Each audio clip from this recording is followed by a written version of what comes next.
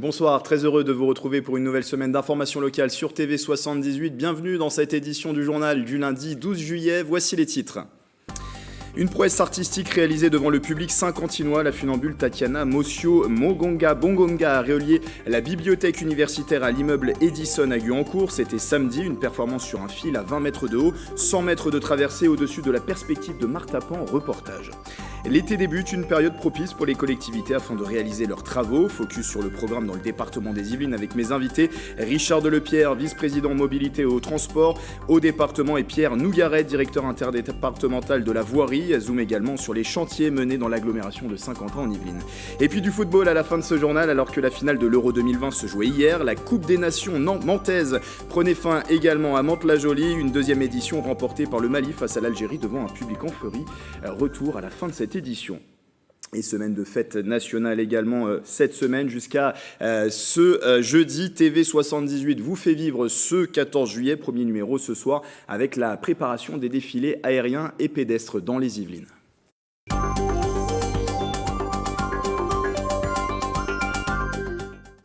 Le président de la République s'exprime ce soir. Il prendra la parole à 20h dans une allocution aux Français. Emmanuel Macron devrait détailler les nouvelles mesures du gouvernement pour contrer l'émergence du variant Delta du Covid-19 en France. 4256 cas ont été détectés ce week-end au niveau national. Des chiffres qui inquiètent également au niveau local. Regardez sur une semaine, les données de contamination sont en hausse dans les Yvelines. Plus 18,8 pour le taux d'incidence. C'est le nombre de nouveaux contaminés pour 100 000 habitants.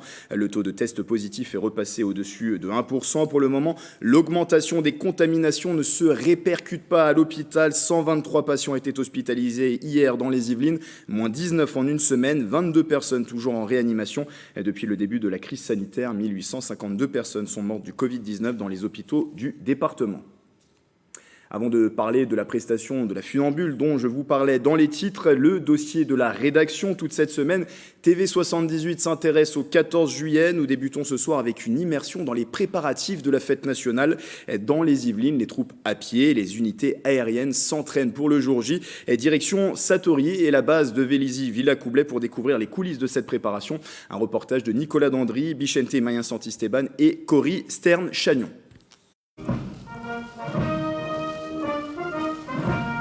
Ils sont plus de 4400 femmes et hommes à se préparer au défilé pédestre du 14 juillet. Différentes unités dépendantes de l'armée de terre, de la marine nationale, de l'armée de l'air, de la gendarmerie ou encore des sapeurs-pompiers. Pendant 4 jours, ils se sont entraînés à cette véritable opération, un entraînement avec cet objectif, dégager un sentiment particulier chez les spectateurs. Ce qui m'importe, si vous voulez, c'est que le défilé dégage un sentiment de force, de puissance et de cohésion. Ça se voit au combat, mais ça se voit aussi dans un exercice un peu technique, voilà, comme l'ordre serré. L'ordre serré, un exercice de base pour un militaire, ce sont les fondamentaux pour tout soldat aspirant. Je vois déjà des gens qui arrivent et qui se sont entraînés, c'est très clair. Voilà. Ce qu'il y a maintenant, ce qu'il faut qu'on mette au point, ce sont les réglages. C'est-à-dire qu'il faut que les blocs soient compacts, que les distances entre les unités soient bien respectées, et ça demande de l'entraînement. Appartenant à l'unité du sous-marin nucléaire d'attaque Émeraude, le quartier-maître première classe Romain va défiler pour la première fois. Il vient de terminer une opération de 8 mois menée dans la région Indo-Pacifique. Le défilé, une bouffée d'air frais pour ces marins. Premièrement, c'était impressionnant de voir tout ce monde. Et il y a toujours des petits réglages à faire, mais on est sur la bonne voie et on sera plus que prêt le jour J. Le défilé pour le 14 juillet sur les Champs-Élysées devant le président de la République, c'est un honneur. C'est de par notre mission qu'on vient de terminer, c'est la reconnaissance de la nation à ses armées et j'en suis très fier. Dans le ciel de Paris, 97 appareils participeront au défilé 2021. Hélicoptères, avions, chasseurs, différents aéronefs de l'armée de l'air, de la marine nationale, de la gendarmerie ou encore de la sécurité civile, avec une organisation particulière.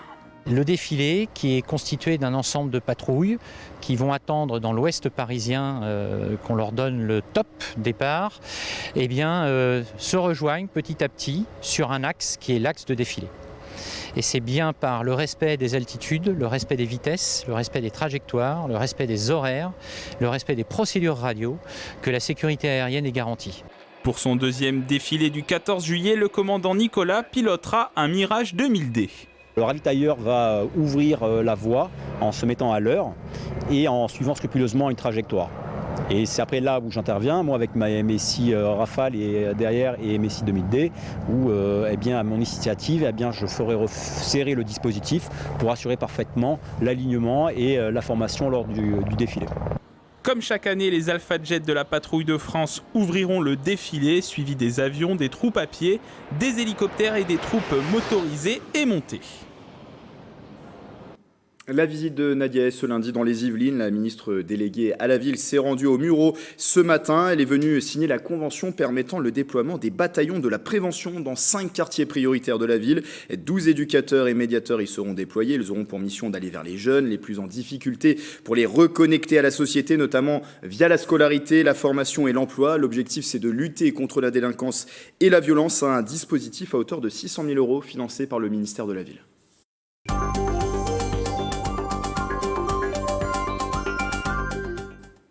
L'été, un moment privilégié par les collectivités pour effectuer des travaux d'entretien, notamment sur la voirie. Zoom dans cette édition, notamment sur ceux programmés dans le département des Yvelines. Et on en parle avec mes 2 invités en visioconférence. Richard Delepierre, bonsoir. Bonsoir. Vous êtes le maire de la commune du Chênay-Roccancourt, tout récent vice-président du conseil départemental en charge des mobilités et des transports. Et également Pierre Nougaret qui est avec nous. Bonsoir. Bonsoir. Vous êtes, vous, le directeur interdépartemental de la voirie pour l'EPI Yvelines-Hauts-de-Seine, l'établissement public interdépartemental qui regroupe depuis 2016 le 78 et le 92, qui sont dans une stratégie de rapprochement. Et d'ailleurs, la compétence de la voirie est une compétence maintenant mutuelle entre les 2 départements. C'est bien ça? Donc les chaussées sont restées propriété des départements et il y a un établissement interdépartemental qui assure la conduite d'opération pour les travaux de chaussée. Avec dans le département qui gère et entretient un réseau en tout de 1600 km de réseau routier. C'est important de l'entretenir, peut-être Richard Delepierre, de le moderniser aussi régulièrement, de profiter de périodes peut-être un peu plus creuses comme l'été pour faire ces travaux. Alors c'est évidemment essentiel, quand on a 1600 km de voies, la priorité c'est évidemment d'entretenir le patrimoine et donc les 3/4 du budget est consacré à l'entretien de ces chaussées. Après, on mène également des projets d'aménagement en matière d'amélioration de la sécurité routière. C'est un sujet sur lequel nos administrés sont évidemment sensibles. Donc un certain nombre de chantiers sont consacrés à améliorer ces points noirs en matière de sécurité routière. C'est un budget d'environ 2,5 millions d'euros qui sera consacré cette année sur le sujet. Et puis après, on porte également du développement d'infrastructures de circulation douce. Je pense évidemment aux pistes cyclables qui sont très attendues par beaucoup de nos administrés, et la rénovation d'ouvrages d'art. Et je voudrais évidemment citer de manière emblématique un chantier qu'on va mener sur presque 3 ans, qui est la réhabilitation du pont entre Sartrouville et Maison Lafitte, le pont de la 2e DB, un chantier à près de 9 millions d'euros, donc on étale sur 4 exercices pour le réaliser, qui fait aussi partie des missions du département en matière d'entretien de son patrimoine voirie. On va en reparler tout à l'heure. Sur la période, l'été, c'est, on imagine, propice pour mener ce genre de travaux, pour ne pas trop, on va dire, empiéter sur le quotidien des Yvelinois, que ça ne gêne pas trop le quotidien des Yvelinois. Il y a forcément moins de monde peut-être aussi dans les Yvelines l'été. Évidemment que dans notre zone urbaine des Yvelines, et de manière dans tout le département, cette période d'été et de vacances est plus propice à la réalisation de ces travaux, que ce soit dans nos communes ou sur les infras du département. Ça gêne moins, et donc c'est une période assez classique où on mobilise les équipes pour rénover notre patrimoine et être prêt à la rentrée. Alors il y a des chantiers qui évidemment vont perdurer sur une période plus importante, mais la période estivale est une période où on a beaucoup moins de monde dans nos villes, et donc on gêne moins. C'est important aussi. Vous avez parlé de ce programme des chantiers, 60 chantiers en tout d'entretien, de modernisation qui vont concerner les routes départementales des Yvelines cet été. Un grand chantier emblématique, on va en redire un mot sur ce pont dans un instant entre Maison Lafitte et Sartrouville. Sur les types de chantiers, vous en avez évoqué quelques-uns, on ne va pas citer les 60, mais les grands types de chantiers que l'on va pouvoir avoir cet été dans le département, quels sont-ils? Je le redis, c'est essentiellement des projets, des chantiers d'amélioration d'aménagement, d'entretien de la chaussée. Ce qui est important de retenir, et vous l'avez sur la carte des chantiers, c'est qu'ils sont très équitablement répartis sur l'ensemble du territoire. Et ça rappelle la fonction de solidarité qu'a le département vis-à-vis des communes, qu'elles soient grandes ou petites. Évidemment, toutes les petites communes n'ont pas les moyens d'entretenir ce patrimoine, et c'est notre responsabilité d'être présent sur l'ensemble du territoire, et je pense notamment à la zone rurale. Mais puisqu'on va évoquer le sujet de ce pont relie deux communes qui ne sont pas les communes les plus petites des Yvelines. Sartrouville et Maisons-Laffitte sont sur le haut de la pile, et pourtant l'entretien de ce pont dépasse largement les moyens qu'elle pourrait consacrer. Donc le département est solidaire de l'ensemble des communes, petites et grandes, mais évidemment avec une attention toute particulière aux communes les plus petites. Et je pense à celle de l'ouest du département, et vous verrez sur la carte, l'ensemble de nos chantiers sont très équitablement répartis sur le territoire. C'est un sujet auquel on attache une importance toute particulière. Et on peut retrouver la carte sur le site qui s'est affiché déjà en bas de l'écran. Il va s'afficher. Voilà pour le site et retrouver toutes les informations.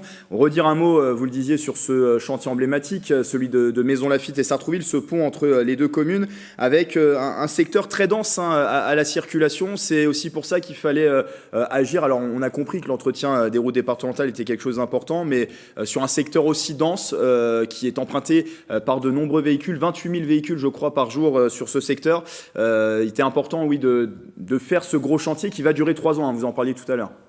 Oui, peut-être que M. Nougaret pourra apporter quelques éléments sur la nature de ce chantier assez atypique. Monsieur Nougaret, est-ce que vous avez des éléments supplémentaires à nous apporter? C'est un ouvrage d'art qui a été construit après la guerre, et donc sur lequel qui est arrivé avec un degré d'usure de certains équipements, et qui convenait de rénover de manière lourde et importante. Donc les travaux se passent surtout sur la sous-face du tablier, alors en dessous du pont, donc on ne voit pas forcément qu'on circule en surface, et on a réduit les conditions de circulation de manière à quand même pouvoir laisser passer les voitures, mais il y a quand même des limitations de largeur, des limitations d'accès pour les piétons et les vélos. Et l'idée, c'est de travailler pour changer un certain nombre d'équipements qui se situent en sous-face de tablier. Et comme on fait tout ça sur circulation, c'est long. On peut pas couper le pont, parce que vous imaginez bien ce qui se passerait si on coupait la circulation. Donc c'est pour ça que ça s'étale sur 3 ans, avec une première phase assez importante qui commence à l'été, cet été. Voilà ce que je peux dire sur ces travaux. Et on arrive déjà à la fin de cet entretien, mais je le répète, le site internet qui s'est affiché pour avoir la carte de ces chantiers, éviter peut-être les désagréments, voir s'il y a des impacts sur la circulation. Restez informés via le site qui s'affiche en bas de l'écran. Et donc, je le disais, 60 chantiers cet été sur les routes départementales des Yvelines.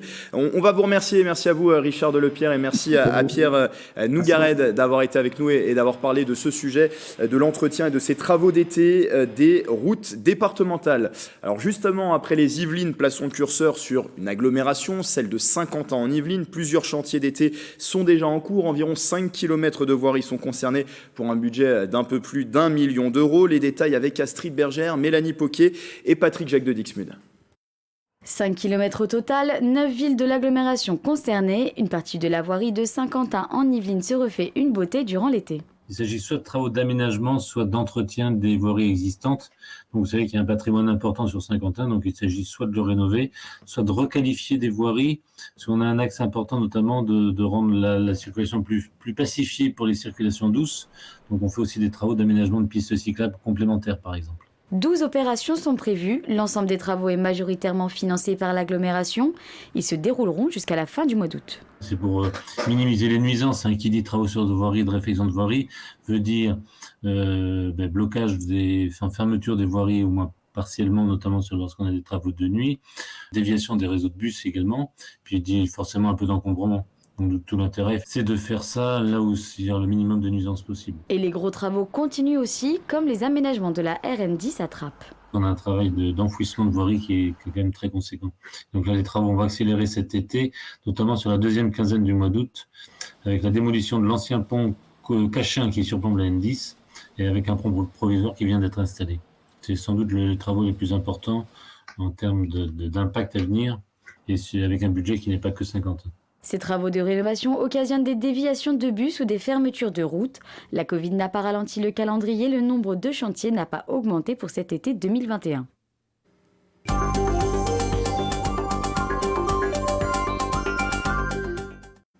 Le 8 avril dernier, la ville de Mantes-la-Jolie apprenait que le Val-Fouré était retenu comme quartier innovant et écologique par la région Île-de-France. Une enveloppe de 4 millions d'euros qui va permettre de financer des opérations d'aménagement durable de 4 espaces publics. Les détails avec Mélanie Poquet et Alex Béraud. Des rues bientôt revalorisées, Nungesser et Colly, Doré et Docteur Bretonneau font partie du renouvellement urbain du Val-Fouré. Il est labellisé quartier innovant et écologique par l'Île-de-France. Si nous ne rénovons pas ces quartiers, si nous ne reconstruisons pas ces quartiers, eh bien c'est des êtres humains qui vont vivre mal, qui vont voir des conditions de vie se dégrader. Ici, c'est 22 000 habitants sur ce quartier qui, au fond, est plusieurs quartiers. C'est une ville et nous ne pouvons pas accepter que 22 000 habitants soient dans une condition de vie dégradée. La signature a eu lieu vendredi 9 juillet dernier, un financement à hauteur de 4 millions d'euros, le montant maximal possible. 3 autres aménagements sont prévus. Ils concernent les mailles Lopez et Ronsard et les abords de l'école rouge et bleue. On va avoir des nouvelles promenades à l'intérieur de Val-Fouré, on va créer des chemins pour qu'on puisse se déplacer à pied, en vélo, en trottinette. Les gens ont une demande de mobilité différente. Et quand on a fait nos réunions de concertation, il y a beaucoup de gens qui nous ont dit mais le quartier du Val-Fouré, il y a beaucoup d'espaces verts mais ils ne sont pas assez mis en valeur. Ce label est un contrat de 4 ans qui peut être prolongé de 2 années supplémentaires. Un projet de renouvellement du quartier du Val-Fouré plus large à hauteur de 400 millions d'euros est lancé. On reste à Mantes-la-Jolie avec du football, dénouement ce week-end de l'Euro 2020, l'épilogue aussi pour la Coupe des Nations mantaises. 16 équipes s'affrontaient depuis un mois au stade Jean-Paul David. La finale voyait s'opposer ce dimanche le Mali au Sénégal. Retour sur la compétition qui a encore attiré les foules sur les images d'Astrid Bergère. 11 juillet 2021, jour du sacre de l'Italie à l'Euro face à l'Angleterre, jour également de victoire pour le Mali à la Coupe des Nations mantaises. Au terme d'une finale qui a fait le plein au stade Jean-Paul David de Mantes-la-Jolie, l'équipe s'impose 3-1 contre l'Algérie.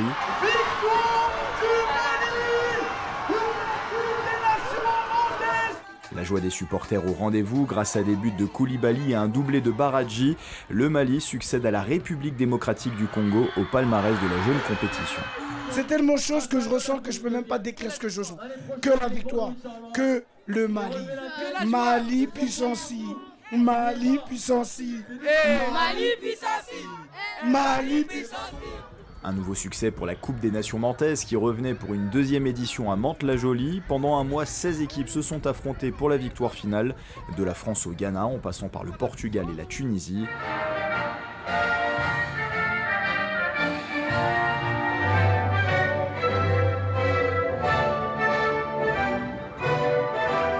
Sont joués avant le coup d'envoi, les matchs se disputent devant une tribune qui pouvait accueillir jusqu'à 3500 supporters, une grande fête organisée par l'association Jeunesse et Diversité après les nombreux confinements.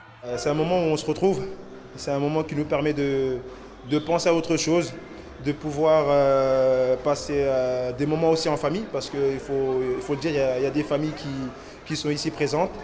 Et des enfants, le maire qui est là, les autorités, donc c'est une fête pour toute la ville de Mantes-la-Jolie. Un moment très apprécié par les spectateurs nantais. Ça permet aux jeunes qui restent dans la cité de s'éclater, s'épanouir, c'est le mélange des cultures. C'est bien, ça nous permet de tous nous réunir et voilà. De permettre aux jeunes qui ne vont pas en vacances de profiter un minimum. Tu vois. La Coupe des Nations mantaises, un événement déjà installé à Mantes-la-Jolie. Le rendez-vous est d'ores et déjà donné en 2022 pour la 3e édition. La remise des trophées.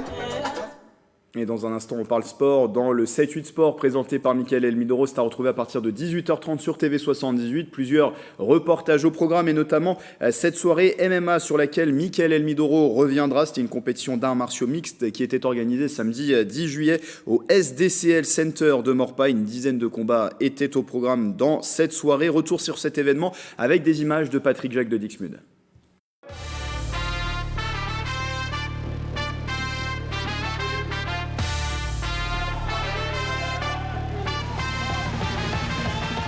Cage de la sueur, des coups spectaculaires, le SDCL Center de Maurepas a organisé un gala d'arts martiaux mixtes ce samedi 10 juillet. Le rendez-vous de MMA faisait partie du FFA Challenge. Nous ici on est ouvert depuis 9 ans et ça fait c'est notre cœur de métier, donc pouvoir combattre, pouvoir avoir les gars qui sont entraînés dur toute l'année, pouvoir aller s'exprimer avec d'autres personnes en France, c'est génial. Au programme, 10 combats professionnels de la catégorie des moins de 57 kg aux moins de 120 kg, dont 2 combats féminins. Parmi les participants, un local qui s'entraîne dans cette salle de Maurepas. Le FFA Challenge, il y a un bon niveau. Il y a beaucoup de jeunes combattants qui débutent et le niveau ce soir va être élevé, je pense. Pour permettre au plus grand nombre de voir les combats, le rendez-vous à huis clos était retransmis en direct sur une plateforme de streaming. Il faut que ça soit du live, parce que comme pour l'instant on évite les regroupements de trop de personnes, de pouvoir l'élargir et que tout le monde puisse le voir en même temps qu'on le fait, c'est génial. On n'a pas l'impression d'être encore à huis clos, quoi. Malgré tout, on a tout le monde qui peut suivre. Les internautes ont notamment pu voir le club de Maurepas briller également dans la cage avec la victoire de l'Yvelinois Maxime Fondop-Siboué au 2e round par KO. J'ai attendu le bon timing. Et j'ai senti le coup, après je lui ai donné et comme on dit ça a fait mouche. Donc voilà, je suis très content aujourd'hui mais j'ai encore beaucoup de travail à faire. Un autre combat devrait être organisé en octobre dans les Yvelines avec du public cette fois-ci si les conditions sanitaires le permettent. Voilà, c'est la fin de ce journal. Le sujet dont je vous parlais en début de journal avec cette prouesse artistique, je vous le disais, réalisée par une funambule dans le ciel saint-quentinois, celle de Tatiana Mosio-Bogonga, qui a relié la bibliothèque universitaire de Guyancourt à l'immeuble Edison, qui est toujours à Guyancourt. On vous en parlait dans les titres de ce journal. On ne va pas pouvoir vous proposer ce reportage ce soir en raison d'un problème technique. Il sera bien sûr à retrouver dans une prochaine édition du journal sur TV 78. Très belle soirée à tous.